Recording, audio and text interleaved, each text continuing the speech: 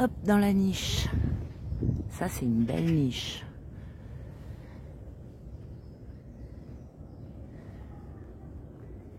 On est au parc de Belleville. Et ça, c'est mon arbre. Enfin, mon arbre. Où j'aime bien aller méditer. Oh oh, les petits chats encore. Salut chaton. Ah, il est trop mignon dans sa boîte.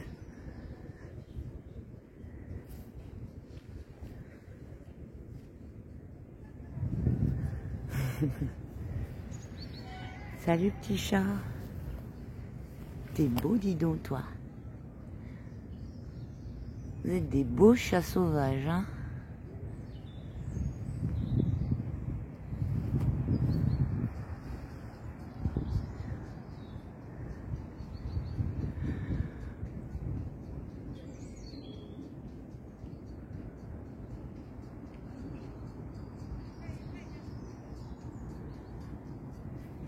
Trop bien cet arbre pour se poser. Il y a des super énergies ici. D'ailleurs, je suis pas la seule à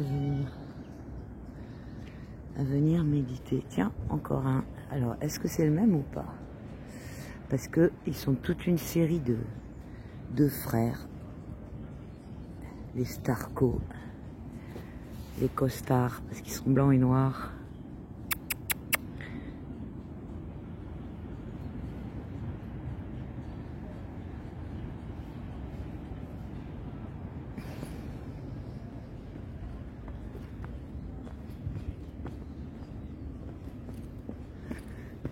Là-haut, on a les Asiatiques qui font de la gym.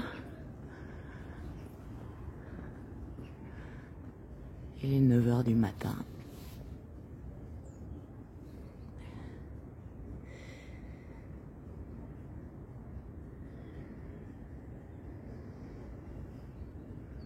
Ah, ils sont très bien nourris, les chats ici. Il y a plein de gens qui viennent les nourrir.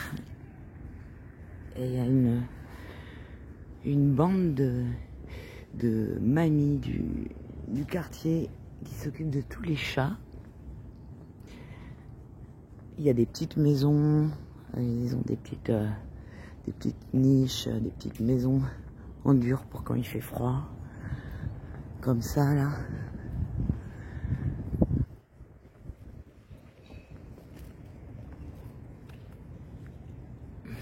C'est des maisons de chats.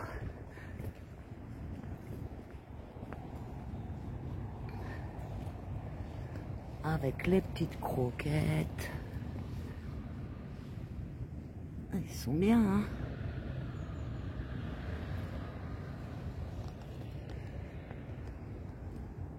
Il y a, je sais pas combien, il doit y en avoir une vingtaine au moins de chats ici. Bon, j'espère que vous allez bien. Je vous ai pas fait une vidéo pour vous parler des chats. Je profite de ce petit tour pour discuter un petit peu.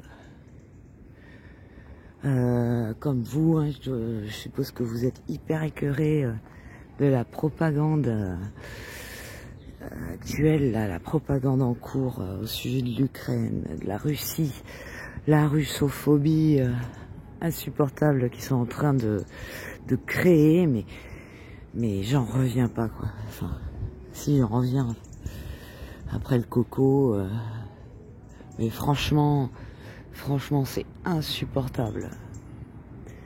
C'est vraiment insupportable.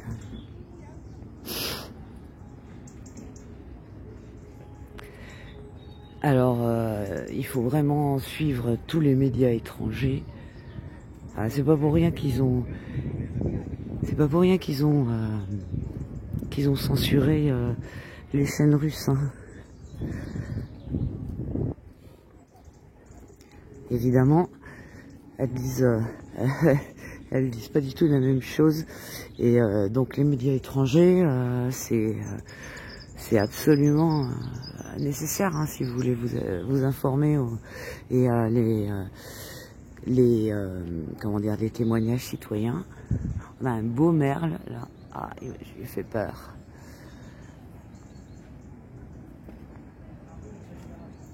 C'est tout gelé.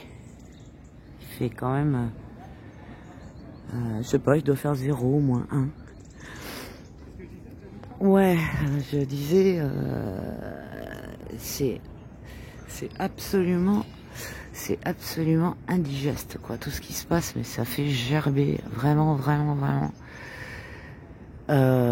Donc si vous avez un petit peu suivi, alors ah oui, je suppose que les nouveaux mots interdits, ce sont les mots qui concernent tout ça. On parle le pays, enfin les 2 pays en question et les noms de leur président. Bon, on va faire avec, hein.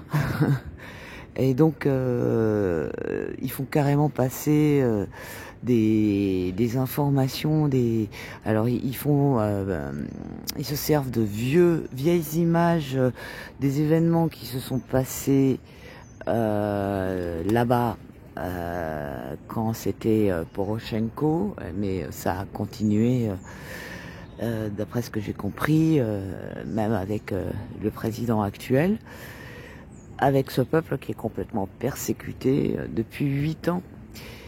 Et donc ils ont passé des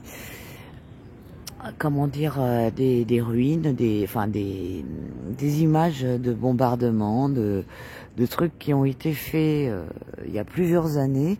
Ils les ont fait passer pour des attaques, des attaques russes, quoi. Bon, allez, je dis le mot interdit. Et c'est absolument abject. Alors il y a pas que ça, hein. C'est tout un florilège. Et en plus, je me suis pas j'ai pas passé plein de temps à rechercher. Mais je suis tombée sur des trucs du genre des images de films qui sont utilisées pour illustrer des reportages sur ces événements qui sont en cours là, mais c'est carrément du délire sur la télé israélienne, sur une chaîne israélienne apparemment. Il y a, alors je sais plus, alors je crois que c'est Star Wars en plus qui a été utilisé, mais il y a un autre film qui a été utilisé, je ne sais plus lequel, ou une série, quelque chose que je connais pas. Mais voilà quoi, ils sortent des images de films et ils te les collent sur des reportages et ils te disent voilà ce qui est en train de se passer, quoi. Qu'est-ce qu'il y a eu d'autre? Il y a eu aussi des choses. Ah oui, alors il y a aussi l'inversion des actes, hein, comme quoi ils disent que ça va être une attaque.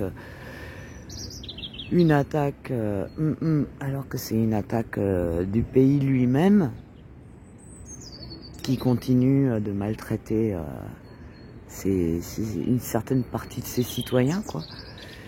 Et donc ils les font passer pour des attaques de leur ennemi, quoi. Alors que c'est eux-mêmes qui font des attaques chez eux. Et après on a tous nos dirigeants qui sont derrière ça, quoi, et qui poussent à fond. Ah non mais franchement, c'est hallucinant. Ils soutiennent ce mec, président là du pays attaqué. Ils soutiennent ce mec alors qu'il y a quand même beaucoup de preuves que c'est des néo-nazis.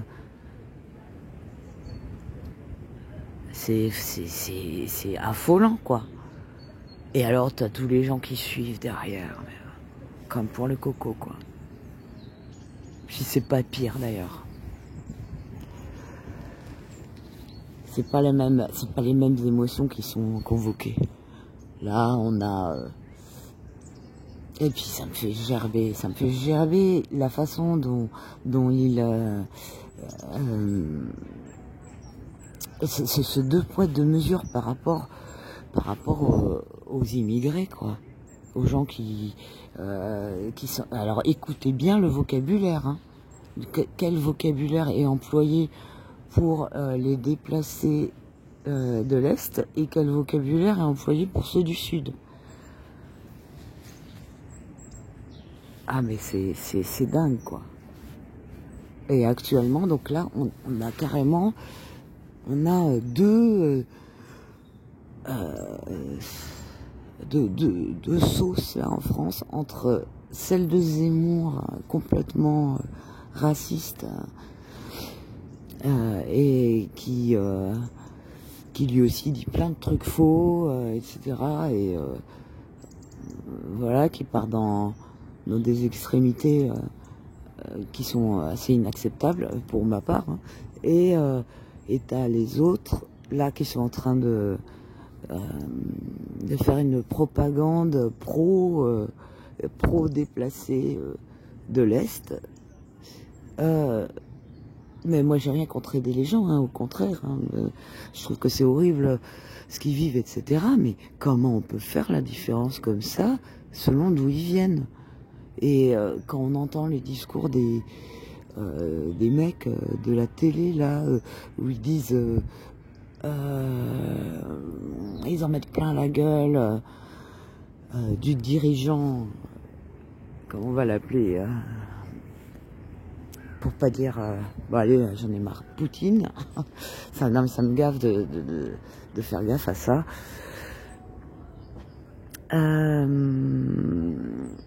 Qu'est-ce que je voulais dire? J'étais déconcentrée par les danseuses, les gymnastes, ceux qui font la gymnastique là. Ouais. Qu'est-ce que je disais? Ah, faut m'excuser aussi, hein, parce que je viens de passer une nuit blanche. J'ai fait un voyage en bus pour me rendre à Paris. Quasiment 9 heures de bus de nuit, parce qu'il n'y avait pas de train à cause de la grève des aiguilleurs. Et du coup, je suis bien naze. Bon, qu'est-ce que je disais? Merde. Je parlais de Poutine et je disais quoi?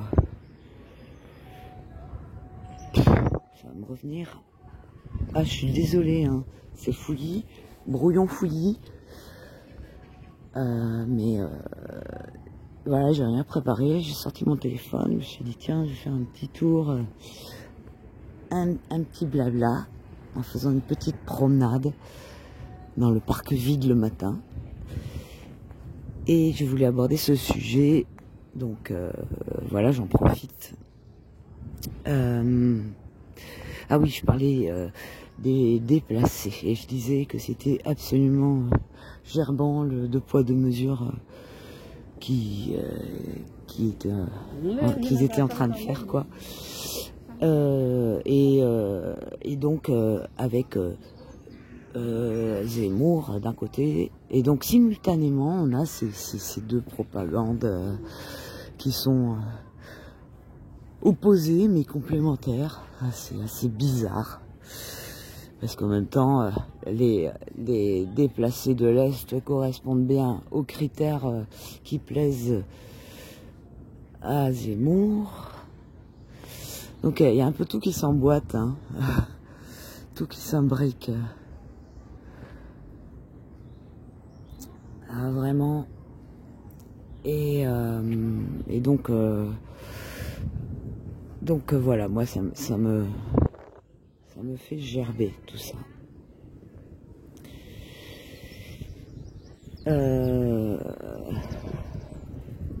Je voulais dire un autre truc à propos des fakeries dans cette actualité, l'actualité de l'Est. Je me souviens plus. Qu'est-ce que je voulais dire? Donc il y avait les filles. Ah oui, et puis aussi des acteurs. Alors bon, on a déjà vu sur d'autres sites, d'autres événements, des acteurs de crise qui sont employés, ou des gens tout simplement pour créer une scène. Il y a eu des trucs aussi, hein, qui sont passés comme ça au Moyen-Orient. Je sais plus quand, enfin dans toutes les histoires du Moyen-Orient. Je sais qu'il y a eu des fausses attaques aussi, il y a eu des trucs qui ont été filmés, quoi, comme un film avec des acteurs. Et donc, j'ai vu quelque chose aussi à ce sujet-là, sur la guerre actuelle. Et on voyait en fait, bon alors évidemment, on peut pas jurer que c'est pas quelque chose de fake, mais sinon on voyait les protagonistes avant ou après avec leur maquillage, soit on leur mettait le maquillage, soit on l'enlevait, donc c'était du faux sang et voilà, des blessures sur le visage. Et donc voilà, c'est énorme. Alors, entre ça, entre les extraits de films, enfin les images de films, et puis la corruption, l'inversion de l'information, c'est gratiné, hein.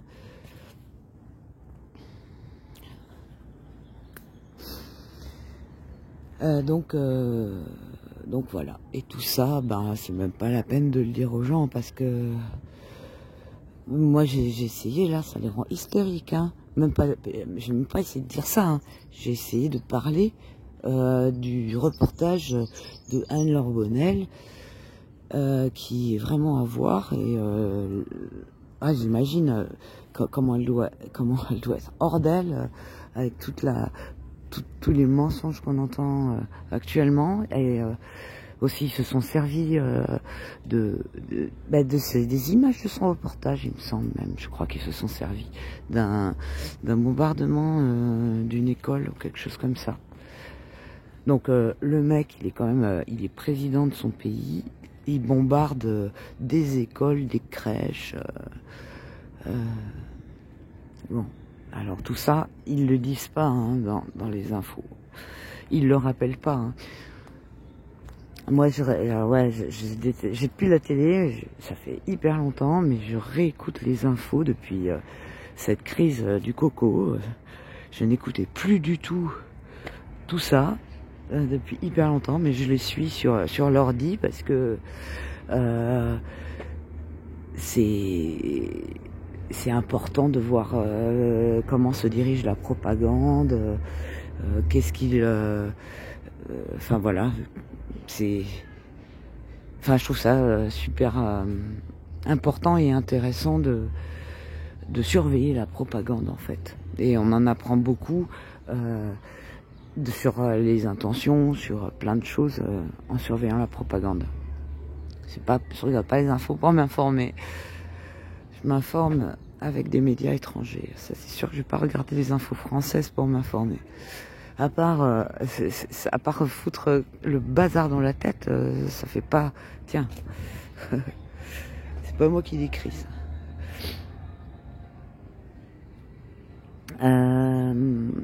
Ouais.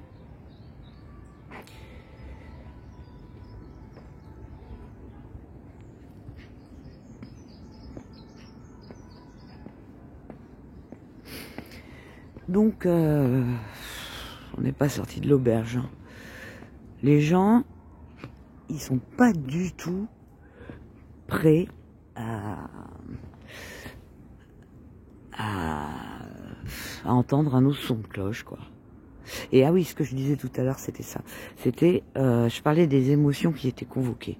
Donc autant avec le coco, c'était la peur de la maladie, qui est une peur qui est atavique, qui est gravée dans nos gènes, quoi. Donc ça peut réveiller des trucs super profonds chez les gens. Et là, on a la guerre et le syndrome du sauveur. Alors, je sais pas quelle émotion ça correspond, le syndrome du sauveur. Se rendre, je sais pas, se rendre utile, être important, être... je sais pas. Je parle du syndrome, hein, du sauveur, je parle pas du vrai sauveur.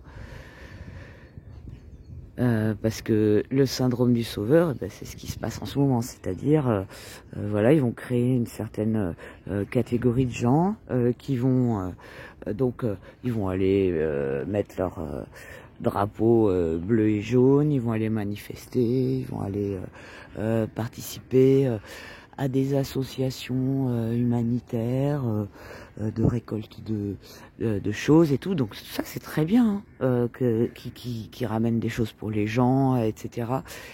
Mais à côté de ça, ils vont laisser crever le SDF qui est en bas de chez eux. Voilà. Donc ça, c'est pas avoir un cœur, quoi. Ça c'est du conditionnement et puis c'est suivre, c'est du moutonnage, quoi. Suivre ce que fait l'autre. Ils ont dit à la télé qu'il fallait faire ça, que c'était bien et que voilà, on est valeureux, on est vaillant quand on fait ça. Je vous montrerai les maisons de chat en même temps. Et voilà. Donc ça n'a rien à voir avec les gestes du cœur, avec les sentiments du cœur, la vraie générosité, la vraie aide, etc. que l'on apporte juste en bas de chez soi ou au coin de sa rue, quoi. Normalement, quand on est dans ces vibrations-là, dans ces énergies-là, on l'est pour tout le monde. Hein, on l'est pas juste parce que y a une propagande qui nous dit de l'être. Et voilà, c'est gratifiant le mot que je voulais. Donc voilà, les gens, ils ont besoin d'être gratifiés. Donc il y en a beaucoup qui vont participer à ce genre de truc pour être, non pas pour aider les autres, mais pour la gratification et l'image que ça leur renvoie d'eux-mêmes ou que le regard que les autres vont avoir sur eux quand ils vont les voir être dans cette action-là, d'aider, de participer. Voilà. Et bon, enfin, ça fout les boules, quoi. C'est toujours du conditionnement, c'est toujours... Bon, on peut espérer que ça ouvre, ça réveille certains, mais je vois pas qu'est-ce qui pourrait réveiller dans cette crise, en fait. Autant celle du coco, elle permettait un certain éveil, mais celle-là, franchement...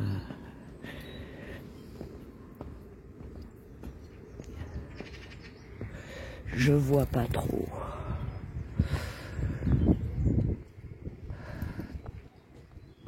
Attends, on va aller par là.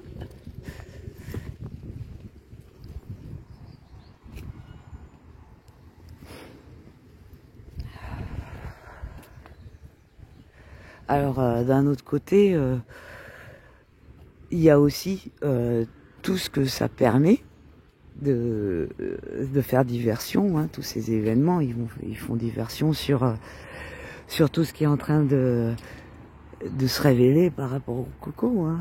Donc les responsabilités, les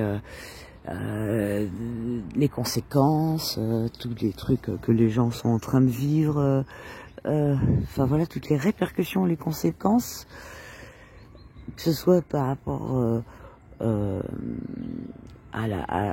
aux effets de la thérapie, les effets imprévus, on va les appeler, bien qu'ils soient très très prévisibles quand on est un peu renseigné, et aussi tout ce qui est juridique, c'est-à-dire par rapport à leur taf, toutes les sanctions qui ont été prises, enfin tout ce qui contrevient à toutes nos lois, loi du travail, le droit de l'homme, le droit, enfin bref, toutes les lois qui ont été bafouées, quoi. De même que pour les Toubibs, avec leur serment d'Hippocrate et tout ça. Donc là, après coup, évidemment, il va y avoir plein de trucs qui vont émerger. Il y a plein de... ça va être le... Voilà. Et donc avec ces événements, et ben il y a la grosse diversion, le coco n'existe plus. Bon alors ça, tant mieux, quoique on ne sait pas ce qu'ils vont nous ressortir après. Mais le pass, voilà. Et mais c'est provisoire, hein, on le sait. Mais les gens, pour eux, comme il va y avoir la levée du pass, et en même temps on parle plus de coco, et puis ils voient qu'on est passé à autre chose avec les événements de l'Est, pour eux c'est plié. Et ils font même pas gaffe que c'est une grosse diversion. C'est quand même... Ils font même pas gaffe. C'est très laid ces jeux. Hein. Avant il y avait un truc chouette qui était en bois. Tout en bois et en aluminium. Ça avait de la gueule. Mais alors ça c'est trop moche. Mais enfin bon, si les gosses ils s'amusent, c'est le principal. Donc en plus, toute cette diversion, mais c'est quoi? C'est juste repousser, quoi. C'est reculer pour mieux sauter, parce qu'à un moment, tout ça, ça va sortir. Hein.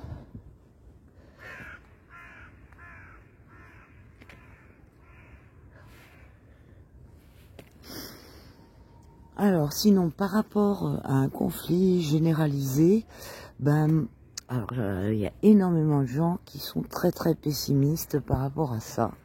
Vraiment, j'entends que des gens pessimistes, même dans les lanceurs d'alerte que j'écoute ou que je suis. Il y en a beaucoup de pessimistes, hein, vraiment. Et ben moi je suis pas si pessimiste que ça, mais je fais pas exprès en fait, hein, c'est mon ressenti. Alors peut-être que je suis une indécrottable optimiste et que c'est une maladie. Mais c'est comme pour le coco. Excusez-moi, je me mouche. J'ai pas peur en fait. Là au tout début du coco, quand il y a eu toutes les alertes du début, où il y avait vraiment tout le monde qui flippait, tout le monde, évidemment pas tout le monde, mais moi, dans tous les gens qui étaient autour de moi, il n'y avait pas encore aucune publication, je sais plus d'ailleurs, je crois, moi je sais que j'ai sorti un post très très rapidement sur Facebook, où je disais que j'en revenais pas, que tout le monde croyait ça, et bon, j'ai eu plein de gens qui m'ont viré de leur contact à ce moment-là, d'ailleurs. Vous le voyez, le merle, il mange des vers. Bonne app. Je sais pas si je filme, ouais.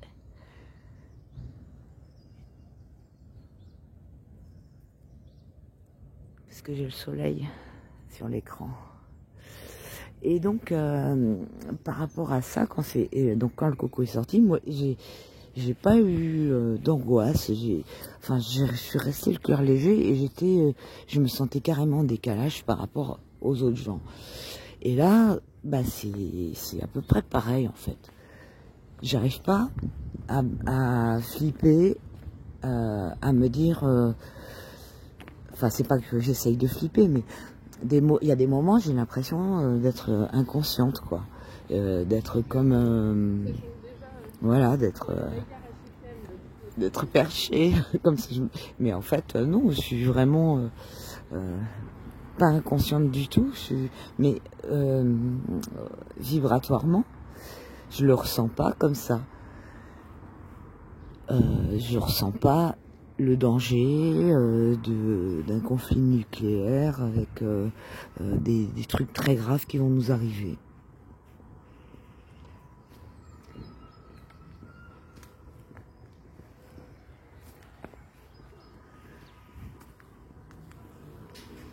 Il commence à y avoir des gens un peu partout là. Je vais pas tarder à arrêter parce que ça me dérange toujours de filmer les gens.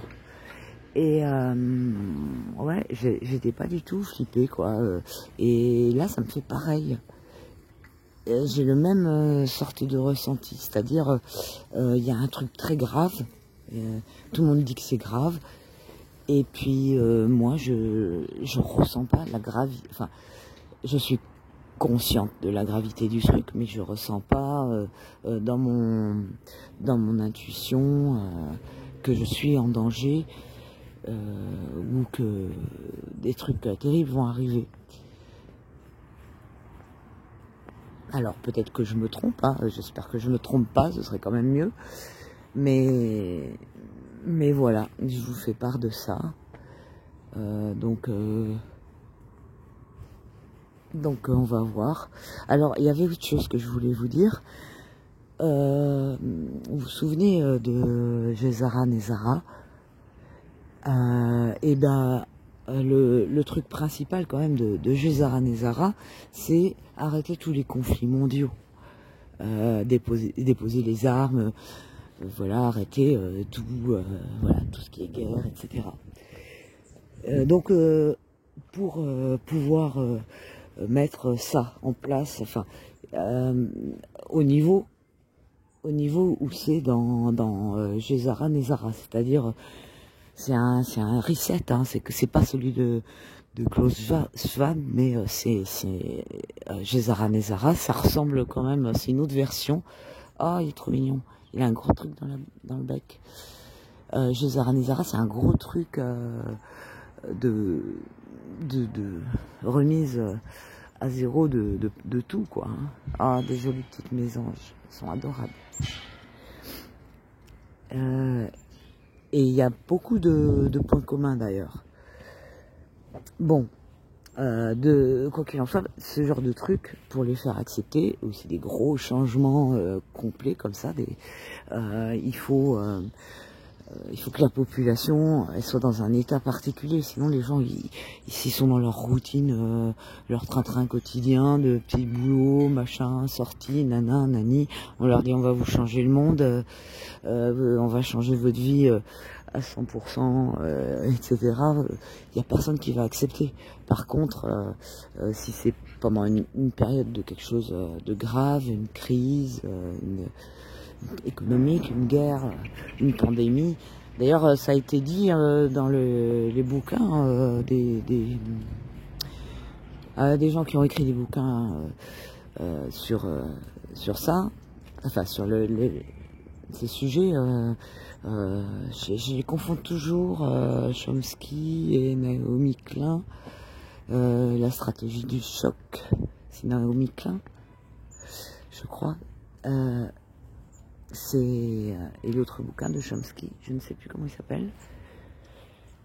Enfin bref, c'est une technique, voilà, c'est une technique de créer des événements très très perturbants pour changer radicalement tout. Donc là, par rapport à Gézara, pourquoi pas se servir de ça, de ce qui est en train de se passer. Donc faire pousser le conflit jusqu'à ce qu'il devienne au bord du conflit mondial et que tout le monde ait bien peur. Et après, ils prendront une résolution et ils diront c'est pas possible. Voilà, la guerre c'est pas possible, et donc on établit ce truc-là, Gézara, Nézara, la résolution que déjà, je sais plus combien de pays ont signé, mais il y en a plein, hein. Quasiment tous les pays l'ont signé, hein. Je sais plus combien, les pays reconnus, du moins. Et donc, je me suis dit ça l'autre jour, que ça pourrait être un prétexte pour lancer Gézara Nézara. Et à ce moment-là, ben voilà, tous les pays qui ont signé ce truc, ils se voilà, il se dresserait contre le conflit, quoi, et voilà, et ça changerait, ce serait cet autre grand reset voilà, qui est pas tout à fait le même. Mais comme je vous dis, de toute façon, tous ces dirigeants, ils se rejoignent, enfin, on a l'impression que c'est plusieurs factions qui se tirent la bourre, que y en a qui sont les uns contre les autres, mais par moments, ils s'accompagnent et ils s'aident. Donc voilà, c'est un peu compliqué. Enfin, d'ailleurs, je sais même pas si c'est vraiment la peine d'essayer de démêler quel est le plan de qui, enfin le plan des lucifériens, le plan des satanistes, le plan des ceci, le plan des cela. Le résultat, c'est que il faut qu'on sauve notre gueule. Enfin, le plus important. Mais en fait, on voit bien qu'il y a plein de courants qui essayent de nous emmener vers un truc comme ça, qui est un grand changement. Regardez, vous voyez là, il y a un gros corbeau. Je sais pas si je le filme. Ouais, je crois que je le filme.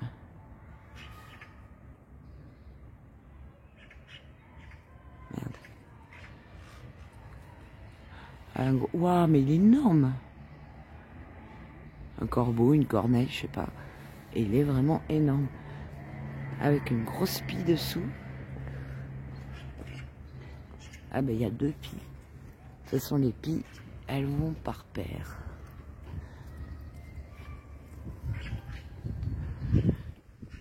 Ouais, mais il est énorme ce corbeau.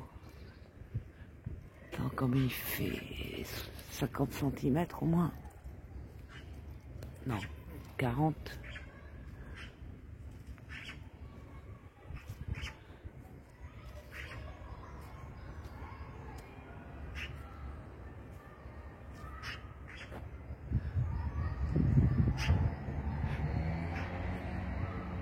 Ils vont bien avec les chats, ces pies.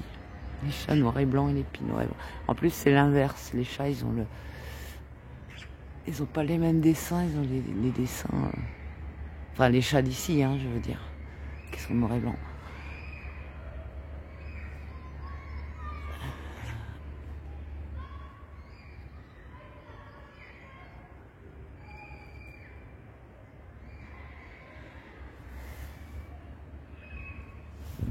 Alors, il y a moins de corbeaux qu'avant, de corbeaux et de corneilles. Je vous avais dit, enfin pour ceux qui me suivent depuis longtemps, à la fin 2019, début 2020, au début du coco, mais il y a eu une invasion de corbeaux et de corneilles à Paris, mais un truc de dingue. Vraiment, vraiment plein. Il y en avait sur le boulevard à côté de chez moi, il y en avait 50 par arbre, 30 par arbre. C'était monstrueux, c'était hallucinant. Il y avait même plus de pigeons. Et ça faisait glauque, hein, parce qu'on entendait croasser de partout. Puis avec le confinement et tout, c'était vraiment glauque. Et en fait, comme je vous l'ai expliqué sur la vidéo que j'avais fait à l'époque, les corbeaux et les corneilles, ce sont des oiseaux qui viennent pour nettoyer les mauvaises énergies. Et voilà, et donc il y en avait vraiment plein. Au début de cette crise, c'était hallucinant les seules énergies qu'il y avait. Ça s'est un peu tassé, mais il y avait vraiment un égrégore dégueulasse. Et donc là, il y en a moins. Il y en a moins, ça a été petit à petit. Il y en a toujours beaucoup, hein, mais il y en a beaucoup moins. En tout cas, ceux du parc là, ici, ils sont en bonne santé. Qu'est-ce qu'ils font là? On dirait qu'ils... Je sais pas s'ils s'attaquent ou s'ils sont potes. Parce qu'on dirait que le corbeau, il les suit.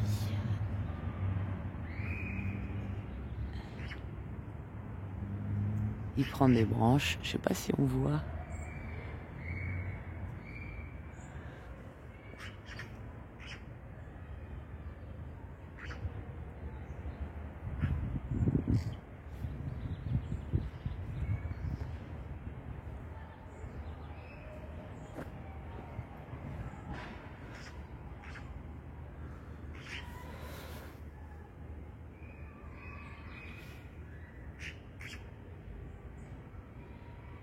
Vous voyez, il y a quand même de la nature à Paris.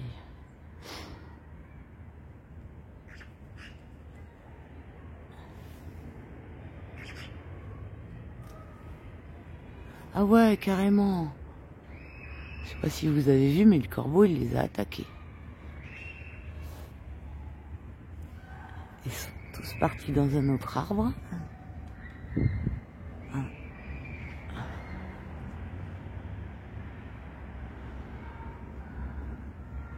Et là, il y en a un autre, c'est pas lui.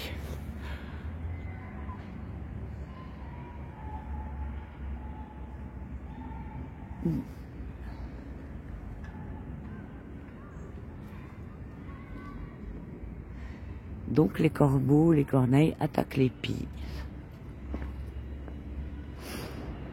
Et il ramassait plein de branches. Le corbeau corneille.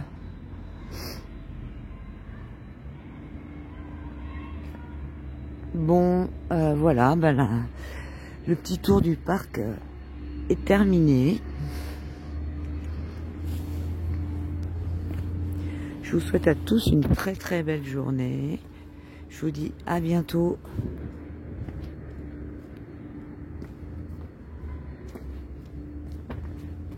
Prenez soin de vous. Et voilà, prenez soin de vous. À bientôt. Ciao.